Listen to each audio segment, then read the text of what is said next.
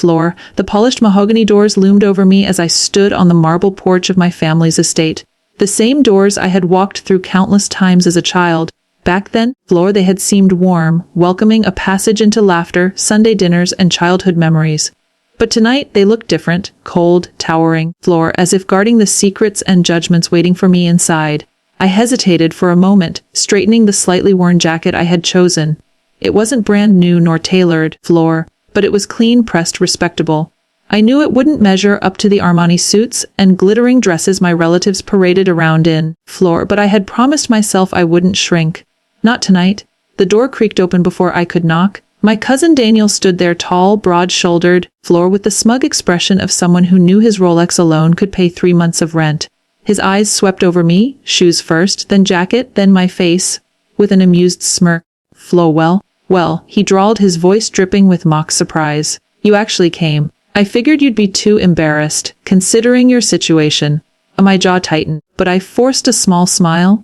Good to see you too, Daniel. He stepped aside with a theatrical gesture, like a king allowing a beggar into his court. Come on in.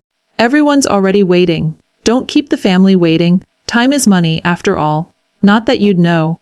I brushed past him without a word. Floor. The foyer opened into a grand living room where chandeliers cast golden light across velvet chairs, glass coffee tables, and expensive wine bottles lined up like trophies. Floor. My aunts and uncles were scattered across the room, dressed in silks, diamonds flashing on their fingers, the scent of imported perfumes clouding the air.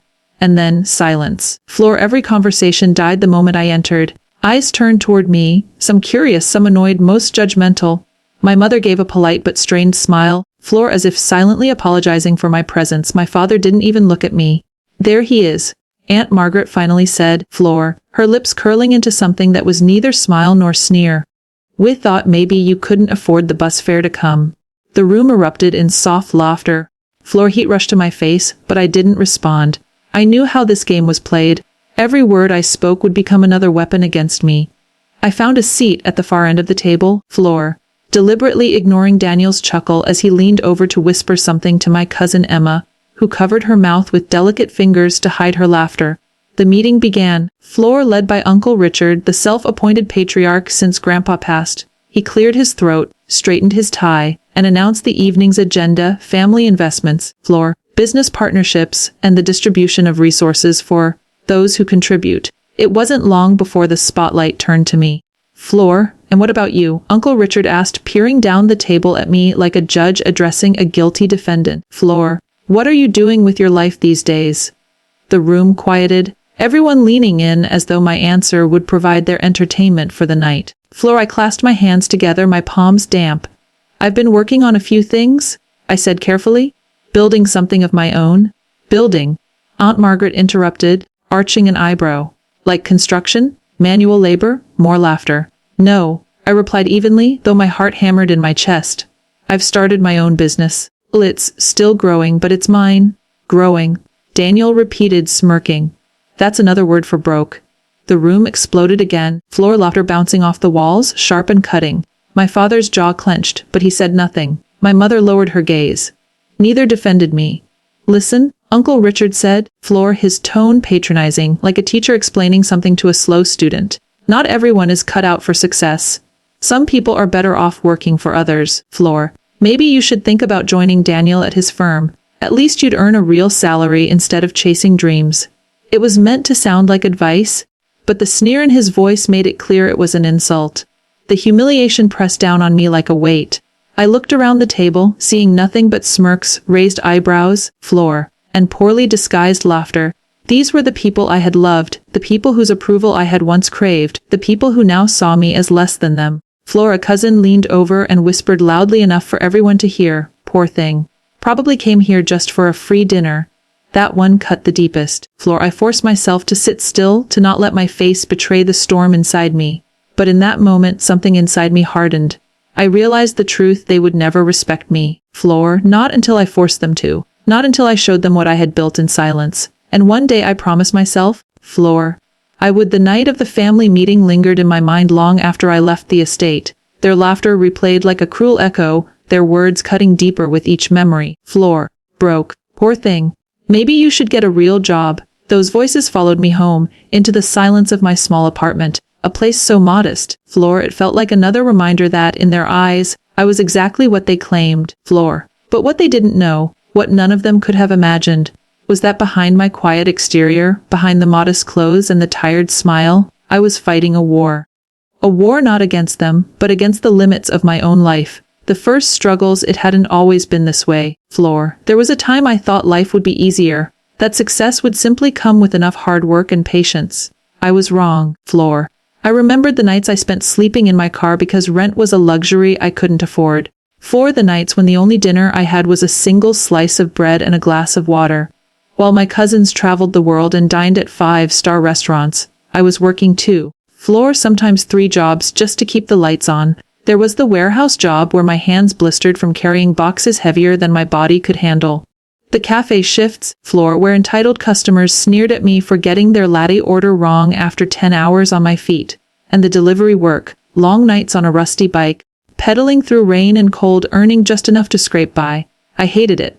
But I endured, because deep down I knew these struggles were temporary. Floor, the dream that wouldn't die while the world mocked me, while my family dismissed me, I was quietly nurturing a dream. Technology fascinated me. The way it connected people. Floor, created opportunities, turned ideas into empires overnight. I spent every spare second teaching myself how businesses scaled, how investments worked, how startups grew. Floor, I devoured books, free online courses, anything I could find. And when others spent their weekends at parties, I sat hunched over a second-hand laptop, scribbling notes. Floor, sketching out business plans, failing over and over again. The failures were brutal. My first idea, a mobile app, crashed before it even launched. I didn't have the funding. One of my prototype was riddled with flaws. The second, a dropshipping store, burned through the little savings I had, leaving me back at zero. By the time the third idea collapsed, floor, I was ready to give up. But I didn't, because somewhere deep inside me, a stubborn voice whispered, keep going. One day, they'll see. Floor. The breakthrough, it happened when I least expected it. One night, while scrolling through an obscure online forum, floor, I stumbled upon a niche industry problem. Something no one was paying attention to, yet everyone seemed to struggle with. A gap, a need. I started small, building a simple prototype. Floor. I coded through the nights, surviving on instant noodles and energy drinks, my eyes burning from lack of sleep. Days turned into weeks, weeks into months. Floor, I poured everything into it, my time, my sanity, my last few dollars. And then one investor said yes. Just one. That single yes changed everything. Funding came through. My idea turned into a business. My business turned into a company. My company turned into a rising star. Suddenly, the people who once ignored my emails were calling me. Floor, contracts rolled in. Partnerships formed. My company was no longer just surviving, it was thriving. Floor, I moved from the cramped apartment into a sleek downtown office with floor to ceiling windows. I hired a team, people who believed in me, people who worked as hard as I once had alone. Floor, for the first time in my life, I wasn't chasing success. Success was chasing me. The secret, but I never told my family. Not a word, not a single detail. When they asked, floor, I remained vague, still working on something. It's growing. When they mocked me, I stayed silent. When they sneered about my poverty, I let them believe it. Floor, because silence was my weapon. I wanted them to reveal who they truly were without the filter of respect or fear. And they did. Every insult, every laugh, floor, every look of pity became fuel for the fire I was building in secret. They thought I was poor. They thought I was nothing. And that was exactly how I wanted it. For now. Floor, the promise late at night, standing on the balcony of my new apartment overlooking the glittering city skyline, I made myself a promise. One day, floor, I would walk back into that family estate not as the poor, pitiful cousin they mocked, but as someone they could no longer ignore. Not with words, not with arguments, floor, but with undeniable proof. And when that day came, I would make sure they remembered every cruel laugh, every dismissive glance, every betrayal. Because my revenge wouldn't come with anger. It would come with silence, confidence, and the sound of helicopter blades slicing the sky. The invitation came in the mail, sealed with the family crest like it was some royal decree. Family council meeting attendance required. My first instinct was to crumple it and toss it into the trash. Floor. Why bother showing up? I knew how it would go. Smiles with hidden daggers, fake concern wrapped around cruel words. They didn't invite me because they valued me. Floor. They invited me because mocking me had become a tradition. But something inside me whispered go. Not because I wanted their approval. Not because I needed their validation, floor, but because patience was its own kind of revenge, so I went. The gathering, the estate was buzzing with life when I arrived. Luxury cars lined the driveway, Sleek black BMWs, Floor custom Lamborghinis, a brand new Bentley with a license plate that screamed vanity more than status. Chauffeurs stood by the cars, Floor, polishing the chrome as though the vehicles weren't already spotless. I parked a few blocks away as usual and walked the rest of the distance, Floor. It didn't matter that I could afford cars that would put theirs to shame. No one needed to know that yet. Not yet. Inside, the scene was the same as always. Floor, the grand chandelier blazed overhead, the long mahogany table polished to perfection, the air thick with expensive perfume and louder than necessary laughter. Floor, everyone was dressed like they were attending a gala rather than a family meeting. And then there was me, plain, simple, quiet. The conversations paused the moment I entered. Floor, eyes turning, smirks forming, just like last time. Well, if it isn't the prodigal, what do you even do again? Cousin Emma said, Floor, her diamond earrings glinting as she tilted her head. Her brother Daniel didn't miss the chance. He's a dreamer, he said loudly, raising his glass of wine. Flo, and you know what dreams pay in? Absolutely nothing. A laughter rippled across the table. I smiled politely and took my seat. Let them laugh, I heard it all before. The proposal's Uncle Richard cleared his throat, calling the meeting to order. He always played the patriarch, his booming voice filling the room. Tonight, he declared, Floor, we'll be discussing potential new investments. Family money should go into ventures that guarantee returns. We're not gamblers, Floor, after all. I bit the inside of my cheek to stop myself from laughing. If only they knew how much of my life had been one gamble after another. One by one, Floor, my relatives stood and pitched their latest ideas. Daniel boasted about expanding his real estate firm. Emma bragged about her boutique clothing line. Floor, Uncle Richard talked about importing luxury wines. Each presentation was followed by applause, nods, promises of support. Then the spotlight shifted. And you? Uncle Richard said, Floor, turning his sharp gaze toward me. What exactly are you doing these days? All eyes fell on me. I kept my voice calm, measured. I've been building a company, I said. Floor? It's small now, but it's growing steadily. We've been making good progress. The silence that followed was punctured by a snort of laughter from Daniel. Floor, growing steadily. That's code for barely surviving. Let me guess, you're still living paycheck to paycheck, right? Emma added with a sweet, poisonous smile. It's cute, really. You're like a child playing businessman. But at some point you'll have to join the real world. A chorus of chuckles followed. I sat still, Floor, my hands folded on the table, my face unreadable. Inside, the storm raged. I wanted to scream, to tell them about the office downtown, the contracts signed, the millions in revenue. Floor, I wanted to throw the truth in their faces. But I didn't, because this wasn't the moment. The final insult, the meeting went on, each cousin, aunt, Floor, and uncle throwing ideas around like kings distributing treasures. I listened quietly, sipping water while they sipped aged wine worth more than my old monthly rent. Floor, and then came the moment that burned itself into my memory.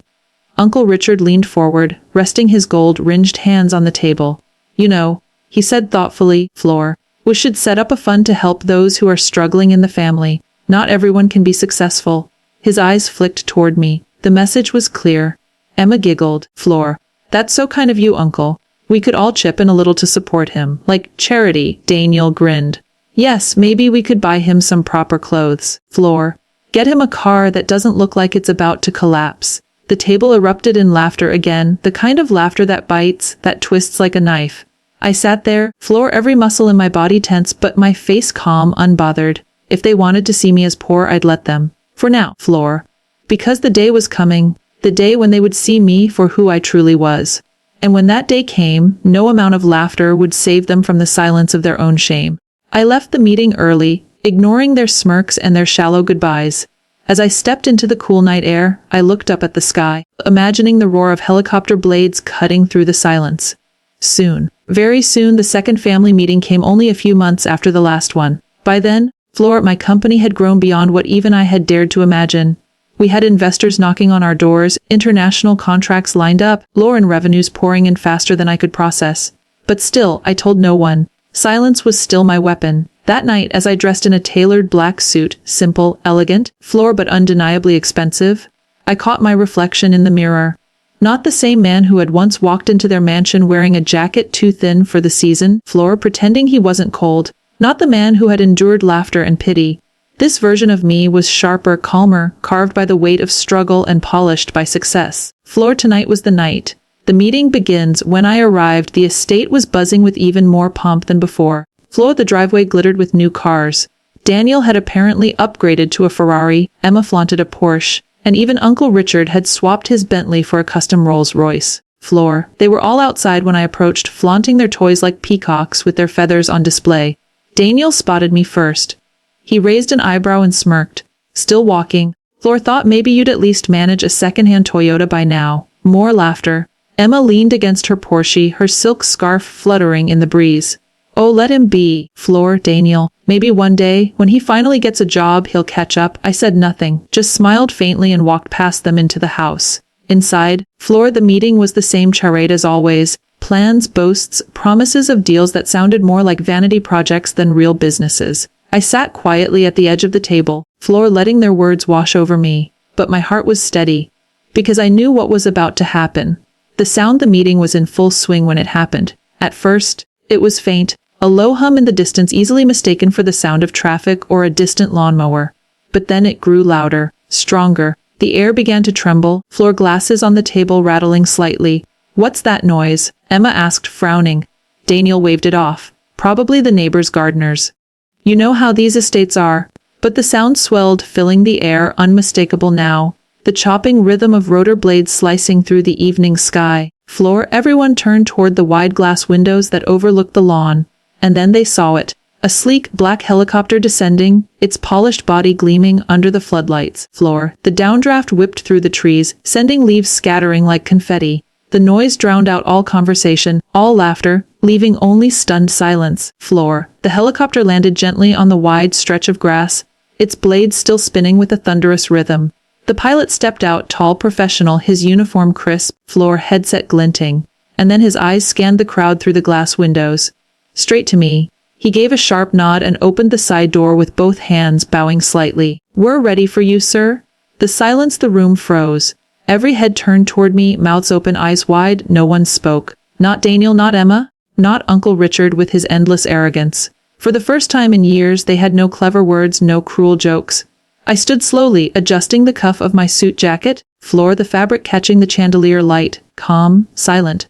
My chair scraped against the marble floor as I pushed it back, the sound echoing in the stillness. I walked to the door, Floor, every step deliberate, the weight of their stares burning into my back. When I reached the entrance, I paused, just for a moment, and glanced over my shoulder. Floor. Daniel's smirk was gone. Emma's scarf fluttered nervously as she clutched it, her eyes wide. Uncle Richard looked as though someone had ripped the ground out from under him. Floor. I didn't need to say a word, because the sight of the helicopter, the reality that it was mine, said everything. Floor. The ascent, the night air rushed against my face as I stepped outside. The pilot extended his hand respectfully, guiding me toward the waiting aircraft. The blades roared above us, Floor, the grass bending violently under the force. I climbed in, smooth and steady, sliding into the leather seat that smelled of wealth and power. As the door closed behind me, Floor, I glanced once more at the mansion. Through the massive windows I could see them, my family, pressed against the glass, stunned, silent, small. The helicopter lifted off, slowly at first, then higher, the estate shrinking below us. The lights of their luxury cars, their chandeliers, their carefully constructed world, all of it grew smaller, irrelevant. Floor. For the first time in my life, I wasn't looking up at them. They were looking up at me. I leaned back in my seat, the city lights glittering in the distance. Floor. The roar of the rotors like a battle cry. And for the first time in years, I allowed myself a smile. Revenge wasn't loud, it wasn't cruel. Sometimes revenge was silent. Floor. A helicopter cutting through the sky. The morning after the helicopter landing, the calls began. At first, just one or two. Floor. My phone lit up with numbers I hadn't seen in years. Cousins who had ignored me, uncles who never remembered my birthday, aunts who once turned their noses up at me. Then the messages poured in. We should catch up, it's been too long. Family is important, you know. We were just joking the other night. Floor. Don't take it personally. And finally the bold ones. Heard you're doing well now. Maybe we can partner on something? I almost laughed. Floor. The same people who had mocked me, belittled me, dismissed me, suddenly remembered my existence the moment a helicopter touched down on the estate lawn. Floor. The confrontation, it didn't take long before I was summoned again, though this time the invitation was more polite. We'd love for you to join us for dinner. Dinner. Not a meeting. When I arrived, the atmosphere was nothing like before. The same chandeliers sparkled, the same polished table gleamed, but gone were the sneers and mocking smiles. Instead, Floor. My family greeted me with forced warmth. The kind you give a stranger whose favor you desperately need. Ah, there he is. Uncle Richard boomed, but his usual arrogance was gone. His voice cracked slightly, like he wasn't sure how to address me anymore. You've been doing well, I hear. Daniel's smirk had evaporated entirely. Floor. He fidgeted with his cufflinks, eyes darting to the floor. Emma smiled sweetly, too sweetly, her voice dripping honey. We always knew you'd make it, cousin. We were just teasing, you know. I took my seat at the head of the table, the spot no one had ever offered me before. No one protested. The silence was heavy, uncomfortable. Floor, their true faces finally. Uncle Richard cleared his throat. So, he began carefully. Tell us about your ventures. Maybe we could collaborate. Floor. The family has always been stronger together. The hypocrisy almost choked me. Stronger together? These were the same people who laughed when I admitted to sleeping in my car. Flo, the same people who treated me like dirt under their designer shoes. Daniel jumped in quickly. Actually, I've been thinking. Your company could probably use some real estate investments. I'd be happy to manage that for you. Emma leaned forward, Floor, her eyes gleaming with false sincerity. And I could help with branding. You know I've always had an eye for luxury. A one by one, Floor, they pitched themselves to me like salespeople groveling for a deal. I let them talk. I let them squirm. I let them try to wrap their greed in family loyalty. And then I leaned back. Floor folded my hands and said calmly, do you remember what you said at the last meeting? Silence? No one moved, no one breathed. I looked straight at Daniel. You said I was broke. That I was living paycheck to paycheck. His face paled. Then I turned to Emma. You said I was like a child playing businessman. That one day I'd have to join the real world. Her lips trembled, but she said nothing. And finally, Uncle Richard. Floor, you suggested creating a charity fund for me. The words hung in the air like smoke. The choice: I could have humiliated them. I could have mocked them the way they mocked me. But true revenge isn't about lowering yourself to their level. It's about rising so high that they can never reach you again. So I smiled. Floor, I don't need your help, I said quietly. Not your money, not your investments, not your advice. I built everything without you, Floor, and I'll continue without you. The words cut sharper than any insult I could have thrown. I saw it in their eyes, the regret, the shame, the desperation. But then I added, Floor, family, though, is important. I will support those who supported me when I had nothing. The ones who never laughed at me. The ones who treated me with respect, Floor, even when I had little to give. I thought of my younger cousin, who once shared her lunch with me when I couldn't afford my own. Of my grandmother, Floor, who always told me she believed in me even when everyone else doubted. Those were the people I would lift up. Not the greedy, not the arrogant. The final word: I stood, Floor, buttoning my jacket. When you said I was poor, you were right, I said, my voice steady.